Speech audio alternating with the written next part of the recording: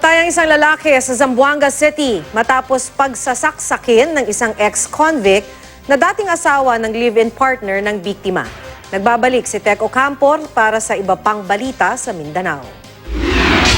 Inaresto sa Oplan ng Batsibat ng isang tulak o mano ng droga sa Pagadian City.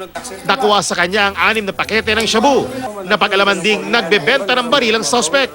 Ayon sa pulisya, matagalan nilang minaman-manan ng suspect. Inamin naman ng suspect na bumibili siya ng iligal na droga at binibenta ito sa kanyang mga kaibigan. Sa Pagadian City pa rin, inaresto ang isang lalaking ikatlo sa listahan ng most wanted sa lungsod.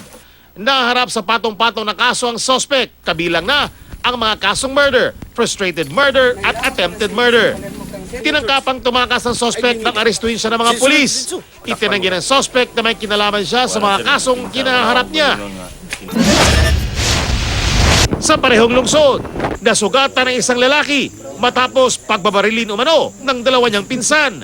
Ayon sa pulisya, nag-ugat ang pamamaril sa away sa lupa ng magkakaanak. Agad nakatakas at tinahanap na ngayon ng mga suspect.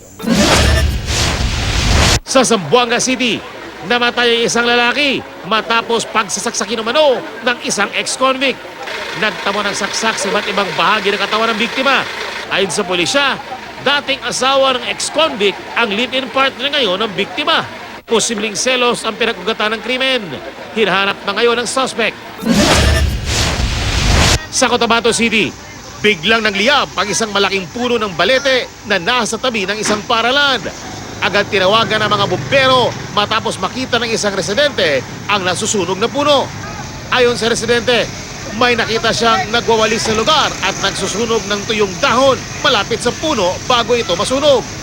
Naapula rin kalaunan ng sunog. Hindi naman apektuhan ng sunog ang katabing paaralan. Yan ang mga balita sa Mindanao. Tek Ocampo reporting.